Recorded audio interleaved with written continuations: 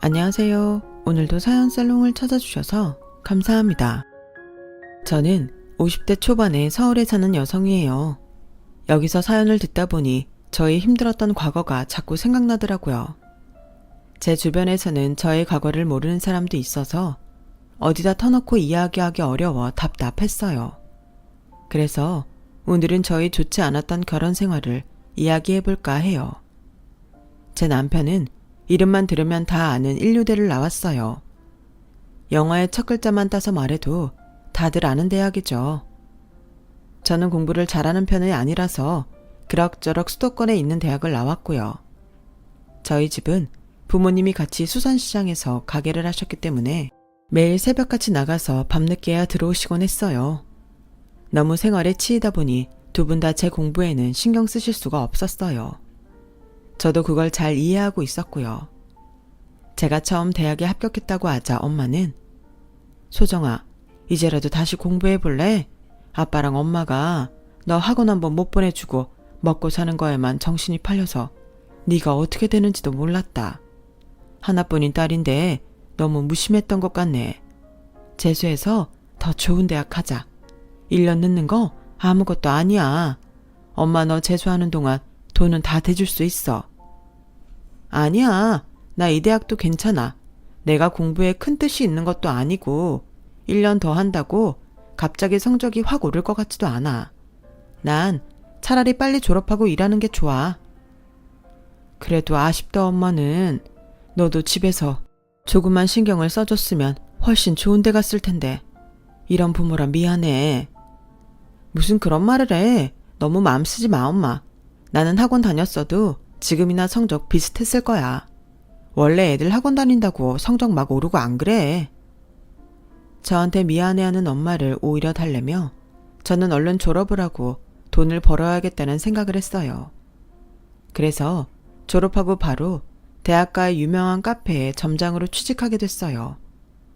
대학 다니는 내내 카페에서 알바도 했었고 제가 전공이 마케팅 쪽이다 보니 저를 잘 본 사장님이 잘할 것 같다며 이력서를 내자마자 저한테 바로 전화를 하셨더라고요. 프랜차이즈로 여러 곳에 매장이 있는 카페였어요.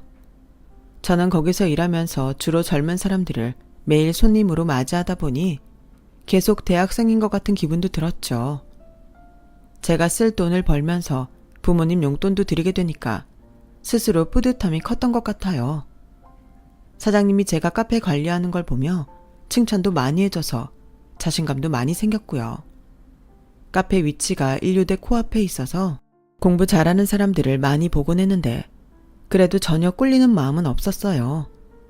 저는 제 분야에서 나름 인정받고 있었으니까요. 그러다가 남편을 만나게 됐어요. 저희 카페는 점심시간에 파스타 세트나 샌드위치 세트를 많이 할인했고 그러다 보니 학생들이 많이 찾아왔어요. 남편은 당시 대학원생이었고 친구들과 점심에 자주 왔어요. 점심시간은 사람이 많이 오가기 때문에 늘 정신없이 바빴고 남편을 특별히 기억하지는 않았어요. 워낙 바쁘니까 눈 마주치는 손님도 거의 없었고 남편이 친구들이랑 오면 아, 늘 오던 그 무리가 왔나 보다 했죠.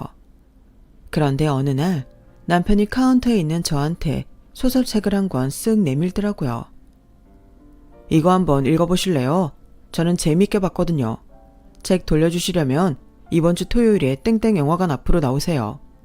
그날 안 나오시면 제가 방학이라 한동안 책을 못 받으니까 꼭 오셔야 돼요. 라더니 후다닥 가버리더라고요. 생각지 못한 데이트 신청에 너무 놀랐지만 기분은 나쁘지 않았어요. 그날 하루 종일 일하는 내내 괜히 들뜨게 됐고요. 저는 반강제적으로 토요일에 책을 들고서 땡땡 영화관 앞에 갔어요.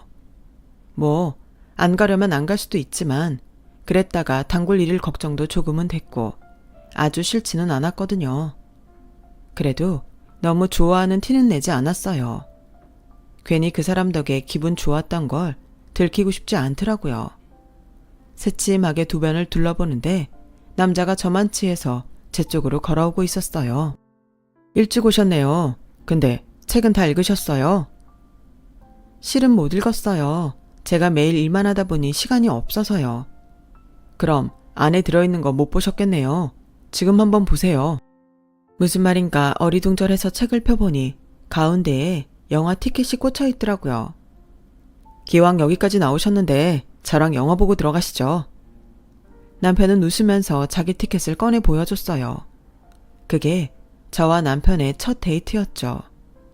앞서가는 남편의 뒷모습을 보며 저는 자꾸 미소가 지어지는 걸 감출 수가 없었어요. 영화 보는 내내 내용은 들어오지 않았고 그렇게 웃기만 했던 것 같아요. 영화를 본 후 저녁을 먹으며 남편은 저한테 어느 대학을 나왔는지 물어보더라고요. 그날도 자기 학교 마크가 떡하니 붙어있는 가방을 메고 나온 남편은 자기 학교에 대한 자부심이 상당히 강한 것 같았어요. 순간 저도 남편이 나온 대학을 나왔다고 거짓말을 하고 싶은 충동에 잠시 사로잡혔어요. 하지만 이런 걸로 거짓말을 했다가는 얼마 못 가 들통날 게 뻔했고 저 자신을 부정하는 것 같아서 그냥 솔직하게 말했어요. 남편은 그러자 반갑게 웃으며 거기 나 고등학교 동창 졸업했는데 거기가 요즘 뜨는 과들 많잖아요. 라고 이야기해 주는데 확 호감이 갔어요. 제가 나온 학교가 나빠서가 아니라 아무리 잘 나가는 과가 있어도 자기네 학교처럼 역사가 깊은 명문대만 하겠냐고요. 그럼에도 저를 인정해주는 남편이 너무 좋아 보였어요. 저희는 첫 만남에 서로에게 호감을 느꼈죠. 안소정 점장님, 아니 소정씨, 저 사실 소정씨 보려고 그 카페 간 적 많아요. 저 실은 찌개에 밥 먹는 거 더 좋아하거든요.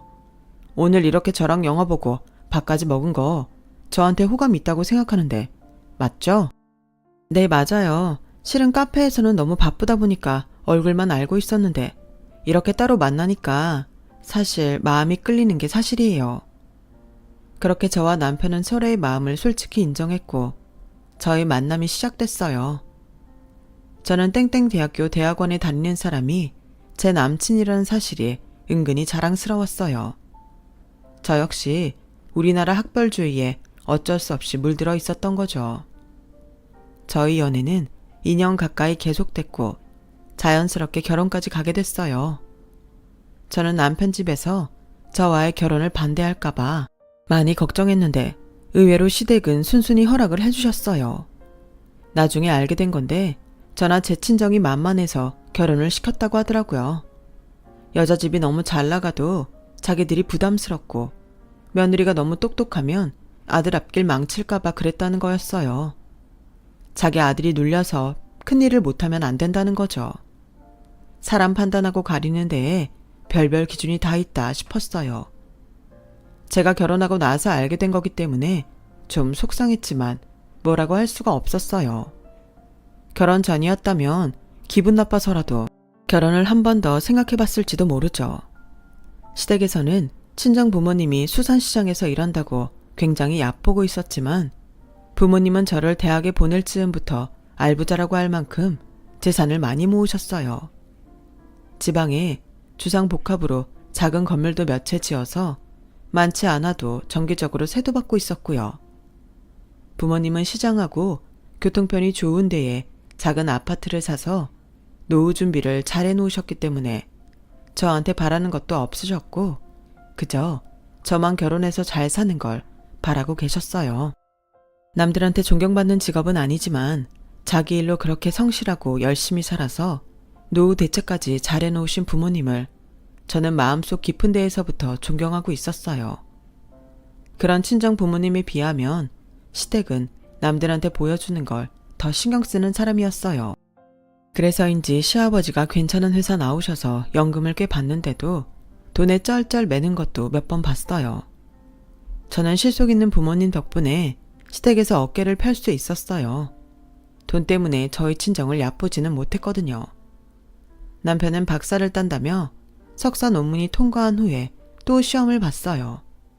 하지만 박사 과정에 떨어졌고 그 다음에 다시 도전했지만 역시나 결과는 마찬가지였어요.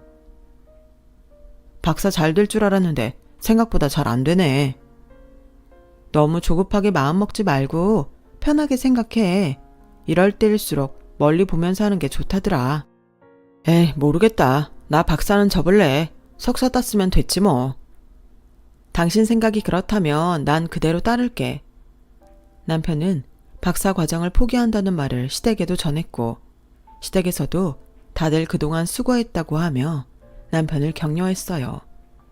그런데 남편은 계속 집에서 놀기만 할 뿐 취업할 생각을 전혀 하지 않는 것 같았어요. 당신 어디 취직 안 해? 계속 집에만 있을 거야? 그동안 너무 머리 써서 좀 쉬고 싶어. 그리고 지금 대기업 원서 받는 데 아니잖아. 그래도 석사까지 땄는데 대기업은 가야지. 시시한 회사는 들어가기 싫어. 그렇게 몇 달을 기다려 대기업에 입사 원서를 냈지만 면접도 못 가보고 떨어졌어요. 남편은 또 다음 시즌에 대기업에 이력서를 넣는다며 다시 놀기만 했어요.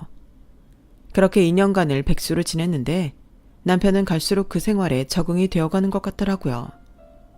알바라도 해서 돈을 번다든지 다른 스펙을 쌓을 생각도 없어 보였어요. 당신 선배 중에 학원하는 사람 있댔잖아.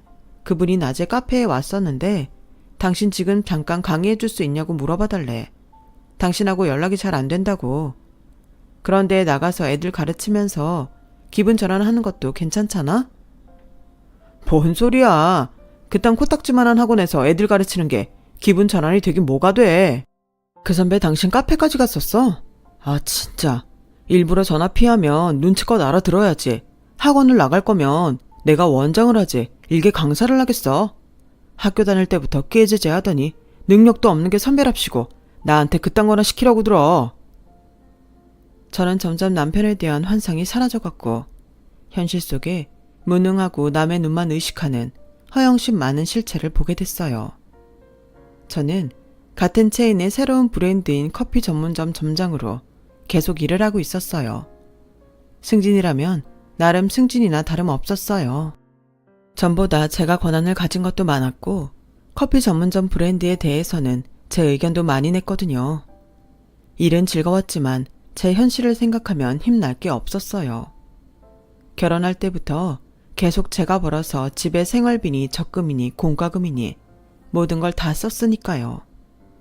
사실 시댁에도 서운한 게 있었는데 그렇게 잘난 아들이 결혼한다는데도 저희 집이 보잘것없다며 제대로 된 혼수 하나 해주지 않았다는 거였어요.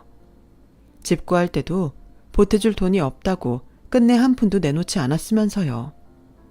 별 수 없이 제가 모아놓았던 돈으로 전세를 얻었는데 결혼해서 2년이 넘도록 제가 버는 족족 다 생활비로 들어가니 가끔은 너무 속상하고 억장이 무너지는 것 같았어요.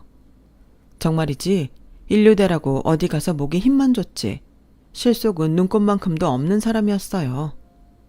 그럼에도 남편은 자기가 원하는 이상만 쫓았어요. 그런 중에 또 저 몰래 일을 벌였더라고요. 갑자기 저한테 모르는 사람 번호로 전화가 왔는데 김정호 씨 아내분 되시죠? 김정호 씨가 지금 저희 땡땡캐피탈 대출받은 거 계속 연체돼서 그러는데 이런 식이면 저희도 강제로 집행할 수밖에 없습니다. 그 업체는 이름만 캐피탈이지 완전 사채업자였어요. 사채 돈만이 아니라 무슨 벤처기업에 투자를 하겠다고 여기저기서 돈을 끌어다가 넣었더라고요. 그런데 그 회사는 쫄딱 망하고 문을 닫아서 어디에서도 투자금을 받아낼 수 없는 상황이었고요. 아니, 투자를 하고 싶으면 능력이 되는 만큼만 해야지. 이게 뭐야? 다들 몇 억씩 하는데 나만 꼴랑 1,000 이렇게 하면 돼? 그래도 명색이 땡땡 대학 나왔고 내 얼굴 아는 사람도 있는데 좀 그렇잖아. 그래서 이익 냈어? 투자금 돌려받았냐고. 아니잖아. 정말 언제까지 그놈의 대학 타령만 하고 이럴 거야. 저는 이번만큼은 안 되겠다 싶어서 시댁에 찾아갔어요. 어머니, 저희 좀 도와주세요. 그이가 너무 돈을 많이 빌려서 그 사람들이 찾아오고 난리도 아니에요. 이러다가 그 사람한테 무슨 일 생길까봐 걱정이에요. 뭘 그렇게 난리냐? 네가 돈 버는데 네가 메꿔야지. 그걸 우리 보고 해달라고 하면 어떡하니? 그 사람 사채를 3억이나 빌렸어요. 돈 한 푼 안 벌면서요. 저 혼자는 감당이 안 돼요. 좀 도와주세요. 얘, 너 미쳤니? 네 남편이 빌린 돈을 왜 우리한테 그래? 우리 같은 늙은이가 무슨 힘이 있어서 나가서 돈을 벌겠어? 너도 알다시피 우리 여유 없잖아. 그런 건 좀 니들이 알아서 해. 그 큰 돈을 언제 다 갚아요? 저랑 상의도 안 하고 버린 거예요. 뭐 너랑 말 안 하고 한 것 때문에 네가 기분 상할 수는 있겠지만 정우도 잘해보려고 하다가 그렇게 된 거잖아. 걔가 일부러 손해보려고 그런 일 했겠어? 남자가 그런 것도 해볼 수 있는 거지. 그런 거 갖고 너무 징징대면 될 일도 안 된다. 이번 일 가지고 정우 기죽이지 마라. 니네 친정 알부자로 소문났던데 돈도 믿지 않겠어? 뭐 지방에서 세도 받아먹는데 딸내미 그 정도는 도와주시겠지. 힘없는 나한테 이러지 말고 니네 엄마한테 도와달라고 해라. 정말이지 눈물이 핑 돌았지만 더는 시댁에 아쉬운 소리를 하고 싶지 않아서 그대로 나왔어요. 저는 밤새 잠도 못 자고 고민한 끝에 결국 친정을 찾아갔어요. 어떻게 해도 답이 나오지 않더라고요. 어쩔 수 없이 저는 모든 사실을 친정 부모님께 말했고 화가 단단히 난 아빠는 남편을 당장 불렀어요. 자네 어떻게 이런 사고를 쳐? 결혼하고 한 번도 돈도 못 벌었으면서 뭐? 3억? 어떻게 이렇게 무책임할 수 있어? 죄송합니다, 장인어른. 이게 저희 동창들 사이에서 괜찮은 데라고 소개를 받은 건데 저도 이렇게 될 줄은 몰랐습니다. 제발 책임감이라는 걸 가져봐. 어떻게 수중에 돈 들어오는 데도 없는데 그런 큰 돈을 빌려서 이런 사달을 만들어? 이번만 도와주는 거야.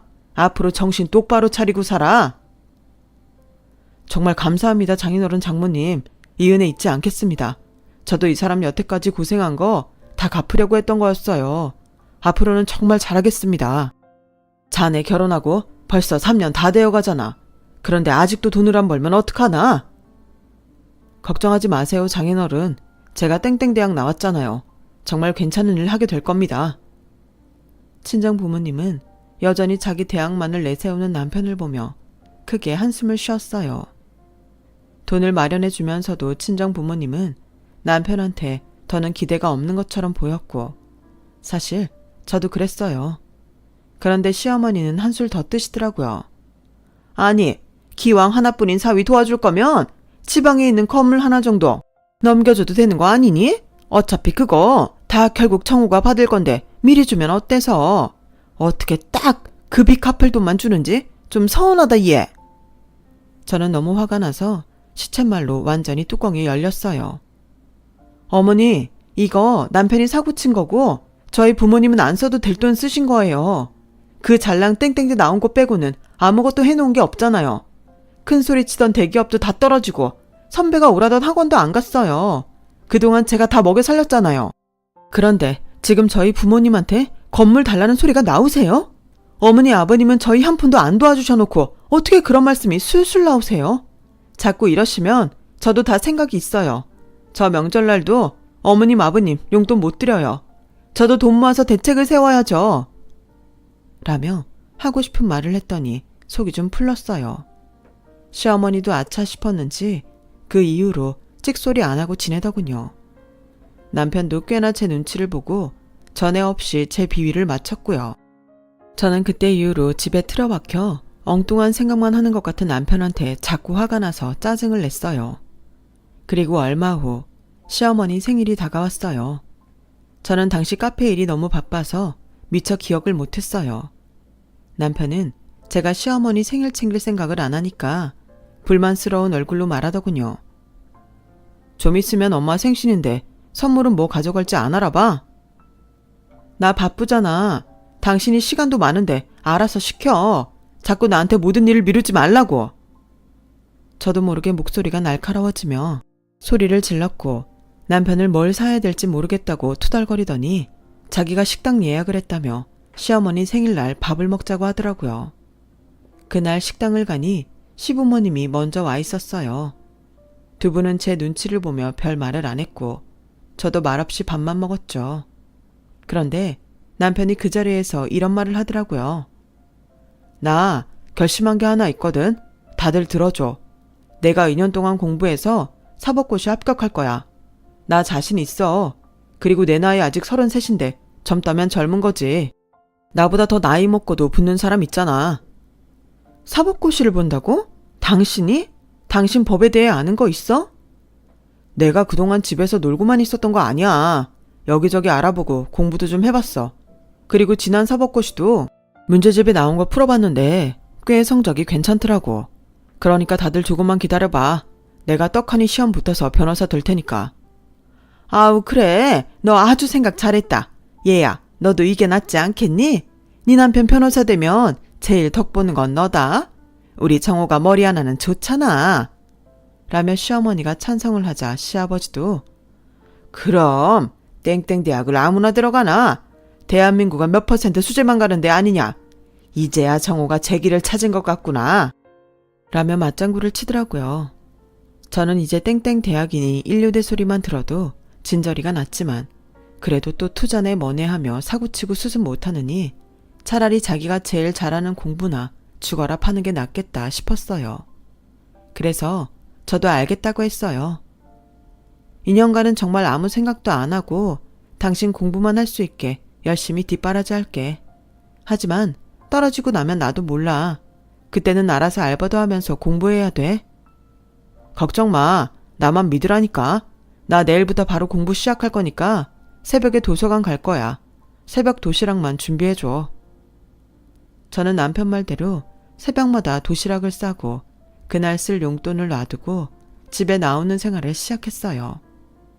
제가 항상 공부를 하는 건지 체크를 해볼 수는 없었지만 밤에 집에 갔을 때 방에서 열심히 공부하는 모습이나 문제집을 푼 흔적들을 보며 어느 정도 하고 있구나 짐작했죠. 제가 대충 보니 남편은 4시간 정도 자면서 정말 열심히 하더라고요. 하지만 2년 후 남편은 1차 시험에는 합격했지만 2차에서 떨어졌어요. 그 정도는 법대생들도 한 번쯤 떨어지니 다음에는 꼭 될 거라며 남편은 자신을 하더라고요. 하지만 해가 갈수록 남편은 더 시험을 잘 치르지 못했고 계속 떨어지기만 했어요.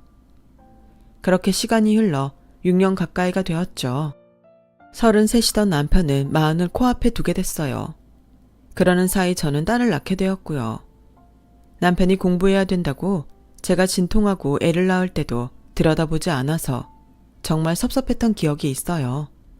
시댁에서도 니네 친정이 알아서 잘 하지 않냐며 태어날 때까지 전화 한 통 하지 않았었고요.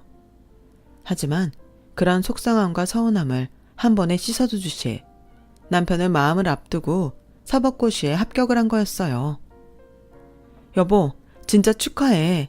노력은 배신하지 않는다더니 당신 노력에 진짜 빛을 발하게 됐네. 너무너무 고생 많았어 당신. 이제 당신 날개 달고 하고 싶은 거 다 하면서 살아. 고마워. 당신도 정말 고생했다. 나 뒷바라지 한다고. 이제 나도 우리 연재한테 떳떳한 아빠 노릇 할 수 있겠어. 그 말을 하는데 정말 눈물이 뚝뚝 떨어졌어요. 저 혼자 아이를 낳으러 갔던 게 확 떠올랐거든요. 당시에는 괜찮다고 스스로를 세뇌하며 병원에 입원했는데 사실은 다들 남편 손잡고 왔는데 저만 덜렁 누워서 친정엄마를 기다리던 게 굉장히 가슴 아팠던 거죠. 남편의 합격 소식은 양가 부모님들한테도 기쁨이 됐어요. 친정에서도 너무 좋아하며 남편한테 양복도 해주고 지갑이며 벨트에 구두까지 전부 명품으로 사줬죠. 우리 사위 앞으로 쭉쭉 잘 뻗어나갈 일만 남았네. 이런 날이 오느라고 그 고생을 했구나. 애썼다. 감사합니다 장인어른. 정말 귀하게 잘 쓰겠습니다. 시댁에서도 잔치를 하고 떡을 돌리고 난리도 아니었죠. 이제는 다 됐다 하며 저도 안심했고 4살 된 딸아이 어린이집에 데려다 줄 때에도 남편이 사법고시에 붙었다며 은근히 자랑도 했어요. 남편이 사법연수원에 들어갈 날을 앞두고 갑자기 시어머니가 제가 일하는 카페로 찾아왔어요. 이런 데서 일하는구나. 평생 여기에 있으면 무슨 희망이 있겠냐만. 그래도 먹고 사는 데는 지장 없으니까 여기 도장이나 찍어라. 라며 제가 일하는 곳을 깎아내리는 말을 하더니 대뜸 이혼 서류를 내미는 거 아니겠어요? 너무 어이가 없어서 말도 못하고 시어머니 얼굴만 바라봤죠. 우리 정호 더 크게 될 사람인데 어울리는 사람 만나서 새 출발해야지. 뻔뻔스럽게 내 아들 옆에 붙어있지 말고 좋게 끝내자. 마지막에는 좋은 모습 보여야지. 나 이날만 손꼽아 기다렸다. 네가 돈줄 벌고 친정이 건물 좀 있다고 유세 떠는 거 진짜 배알이 꼴려서 죽는 줄 알았다. 상스러운 것들이 상스러운 일도 돈 번 게 뭐 그리 잘했다고. 그것도 무슨 수백억이나 벌었으면 말을 안 해요. 아니 어머니, 지금 그게 말이 된다고 생각하세요? 어머니는 그렇다 치고 그이는요? 그이는 이거 알아요? 정호가 알고 말고가 중요해? 정호 앞날이 더 중요하지. 나랑 애 아빠가 정호한테도 이혼 생각 있는지 슬쩍 물었는데 뭐 싫다고 방방 뛰지는 않더라. 그런 거 보면 걔도 그동안 속에 맺힌 게 많았다는 뜻 아니겠니? 이건 어머니가 저한테 강요하실 일 아닌 것 같아요. 일단 그이하고 제가 이야기를 해볼게요. 갑자기 이혼이라뇨. 그 사람이 사법고시 붙었다고 이렇게 하시다니 정말 너무하시네요 어머니. 너무한 건 너야. 네 주제에 감히 변호사 와이프라니? 너 꿈깨. 집에 가서 남편한테 따지니 남편은 우물쭈물 하더라고요. 아니, 이혼은 너무 심하지. 좀 아니지 않나 싶고. 그러게, 당신도 어머니한테 조금만 잘하지 그랬어. 화가 나셔서 그런 거 아닐까 싶네. 지금 그게 말이야 방구야. 내가 뭘 잘못했는데? 당신 용돈 다 대주고 내가 다 벌어서 먹여 살리고 애 낳으러도 혼자 가고 그런 게 잘못이야? 아니, 뭐 좀 사근사근 했으면 사태가 달라지지 않았을까 하고. 그걸 지금 말이라고 해? 저는 소리를 빽 질렀고 그 바람에 딸아이가 울기 시작했어요. 저는 제대로 싸우지도 못하고 아이를 달래서 재우느라 애를 썼어요. 그 후 시어머니는 매일같이 계속 저를 찾아와서 이혼하라고 난리를 쳤어요. 저는 오기가 나서 도장을 못 찍어주겠다고 했죠. 어머니, 저 그렇게 순순히 이혼 못해요. 연지는 무슨 죄예요? 연지 곧 유치원에 갈 나이예요. 그이도 이혼 생각은 안 한 것 같은데 왜 저희 부부를 갈라놓으시려는 거예요? 너 눈치 보면서 우리 아들이 얼마나 고생했는 줄 알아? 너 혹시 위자료 받으려고 그러는 거냐? 네, 그런 거라도 받아야겠네요. 그리고 눈치요? 제가 무슨 눈치를 줘요? 저 사람이 한 건 생각 안 하세요? 그래, 위자료 주마. 우리 정우 새 출발하는데 그깟 거 네 손에 쥐어주마. 대신 연지도 네가 키워야 된다. 연지 때문에 우리 아들 발목 잡힐 일 만들면 안 돼. 네가 계속 버텨봤자 좋을 거 하나 없으니까 그런 줄 알아. 저는 너무 억울하고 속상해서 하늘이 무너진 것 같았어요. 제가 그토록 노력해서 지킨 결혼 생활이 이렇게 허무하게 끝나나 싶어서 딸아이를 붙들고 울기만 했죠. 그리고 며칠 후 남편이 샤워를 하는데 남편 휴대폰으로 계속 전화가 오더니 문자가 왔어요. 저는 혹시 급한 연락일까봐 휴대폰 문자를 살펴봤죠. 그런데 정말 기가 막힌 말이 써 있었어요. 땡땡청사 방호원 합격자들은 내일 오전 8시까지 집합. 저는 이게 무슨 말인가 싶어서 방호원이라는 걸 찾아봤어요. 그랬더니 정부 청사에서 근무하는 경비원을 방호원이라고 하더라고요. 설마 남편이 방호원에 합격하고서 사법고시 합격했다고 하는 건가? 그럼 사법고시 문자는 뭐지? 이런 의문들이 들기 시작했고 저는 다음날 병가를 내고 남편 뒤를 쫓아갔죠. 그랬더니 남편은 땡땡 청사에 가서 방호근무 교육을 받고 있는 게 아니겠어요? 경비원과 비슷한 웃옷을 입고 모자를 쓴 남편은 윗사람이 지시하는 대로 뛰기도 하고 문을 잠그기도 하더라고요.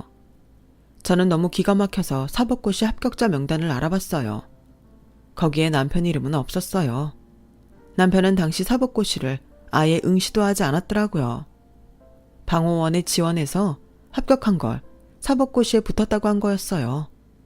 저는 그 모든 걸 다 확인한 후에 시어머니에게 연락했어요. 이혼 서류에 도장 찍어줄 테니까 오늘 밤 시아버지랑 함께 오시라고요. 이제 우리 아들 제대로 도와줄 마음이 생긴 거냐? 지금이라도 마음이 바뀌었다니 다행이구나. 라며 시어머니는 얄미운 표정으로 제 앞에 이혼 서류를 내밀었어요. 시아버지도 헛기침을 하며 배를 내밀고 소파 한가운데를 차지했고요. 네, 찍어드릴게요. 근데 그 전에 이것 좀 보시겠어요? 이거 이번 법률 저널지에 나온 사법고시 합격자 명단이에요. 여기에 저 사람 이름은 없어요. 그 말에 남편은 얼굴이 하얘졌고 시부모님은 무슨 소리냐며 놀라서 법률 저널지를 샅샅이 훑어보더군요. 당신 그 합격자 발표 문자 다 조작한 거지? 내가 일일이 다 전화 걸어서 확인해봤으니까 더 이상 속일 생각 말고 똑바로 말해. 당신이 합격한 건 국가 공무직이잖아. 방호원, 다른 말로 경비원. 시부모님은 아예 바들바들 떨기 시작했고 남편한테 이게 사실이라며 다그쳤어요. 남편은 그제야 무릎을 꿇고 눈물을 뚝뚝 흘리더군요. 제가 다 꾸민 거예요. 작년하고 올해 공부가 너무 안 돼서 저는 못하겠더라고요. 갈수록 점수도 안 나오고 죄송합니다. 아이고 세상에. 아유 아버지 어머니. 시어머니는 주먹으로 가슴을 치며 한탄했고 시아버지도 고개를 돌리며 소파 가장자리로 옮겨 앉더군요. 근데 방어원도 공무원이나 마찬가지야. 돈 따박따박 나오고 60세까지 청년보장도 되고 수당도 다 나와. 또 공무원은 아니라서 스트레스도 없고 근로자처럼 쉰다니까. 라는 아버님의 말을 못 들은 척하며 이혼 도장을 찍으려니까 시어머니가 얼른 서류를 빼앗더라고요. 얘 왜 그러니? 우리 다시 생각해보자. 네가 없으면 우리 정호 어떡하라고. 나한테 서운했니? 그런 거 다 내가 잘못했다. 됐어요. 어머님 원하시는 대로 해드린다잖아요. 좀 전하고 너무 다르시네요. 이리 주세요. 도장 찍을게요. 네, 잘못했다. 내 욕심에 그랬어.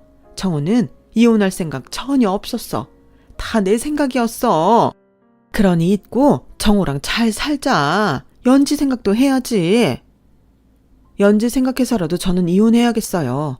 차라리 방어원 됐다고 솔직하게 말했으면 속상하긴 해도 정신 차리려고 해서 고맙다고 했을 거예요. 근데 이건 아니죠. 거짓말을 한 데다가 어머니가 이혼하라고 한 것도 자기가 나서서 안 한다고 강하게 주장하지도 않았잖아요. 연지한테 저런 거짓말을 하는 사람을 보고 크가라고 하는 게 엄마로서 더 못할 짓이 되는 것 같아요. 땡땡 대학이요? 석사요? 그런 거 나오면 뭐합니까? 사람이 제대로 돼야죠. 자기 가족 하나 건사 못하고 거짓말만 하는 무능력자잖아요.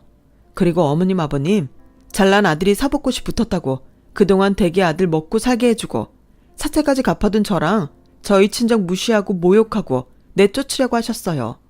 두 분도 이 사람도 이중적인 모습 저한테 다 들킨 거예요. 100번 저한테 사과해도 저 이혼할 거예요.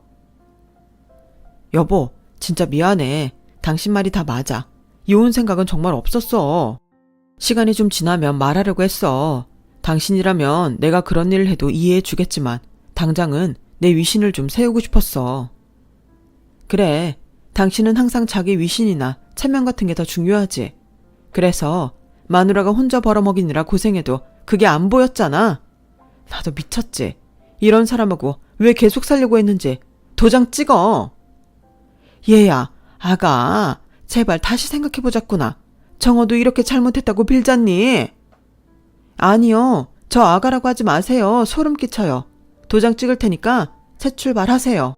내가 대개 아들 옆에 붙어 있어서 팔자 꼬였다고 생각했죠? 웃기지 마세요. 내 팔자 꼬이게 한 게 대개 아들이야. 제가 강하게 나오자 시부모님은 결국 돌아갔고 저는 그날로 남편 짐을 챙겨 시댁으로 보냈어요. 다음날 저는 시어머니한테 전화를 했어요. 저한테 위자료 주신다고 한 거 꼭 주셔야 돼요. 어제는 잘 모르셨겠지만 제가 어제 있었던 일 다 녹음해 놨거든요. 그러니 다른 궁리하면서 머리 쓰지 마세요. 그렇게 저는 이혼 소송에 들어갔고 시댁에서 아이를 빌미로 어떻게든 이혼 안 하게 만들려고 별수를 다 썼지만 제가 녹음한 내용과 그동안의 남편의 행태 그리고 제 수입이 월등히 많다는 점 등이 다 고려돼서 재판은 제가 승소했고 남편은 저한테 막대한 위자료를 물게 됐어요. 남편과 이혼하면서 저는 제 카페를 차리게 됐어요. 그동안 대형 커피 전문점에서 일했던 노하우를 살려서 제가 원하는 카페를 만들기로 한 거죠. 남편은 위자료에 우리 부모님이 갚아줬던 3억까지 물어주라는 판결을 받아서 평생 돈을 갚으며 살게 됐고요. 그러느라 지방에 내려가서까지 일용직을 한다고 하더군요. 시댁은 집을 팔고 작은 데로 옮겨갔고요. 그렇게 이혼하고 지금까지 혼자서 아이를 키웠고 그 아이가 곧 고등학생이 된답니다. 아이 역시 아빠에 대해서는 안 좋은 기억만 있다며 어떻게 지내는지 알려고 하지도 않더라고요. 가끔 시어머니가 아이를 찾아가서 아빠랑 같이 산다고 하라는 둥 꼬셨나 보던데 그때 딸아이가 아주 당차게 아빠나 할아버지 할머니는 보고 싶지도 않다고 했다네요. 딸에게까지 그런 상처를 남겨서 얼마나 미안한지 모르겠어요. 지금의 저는 카페는 젊은 매니저에게 맡기고 바리스타 교육도 하고 다른 사람들 창업도 도와주며 살고 있답니다.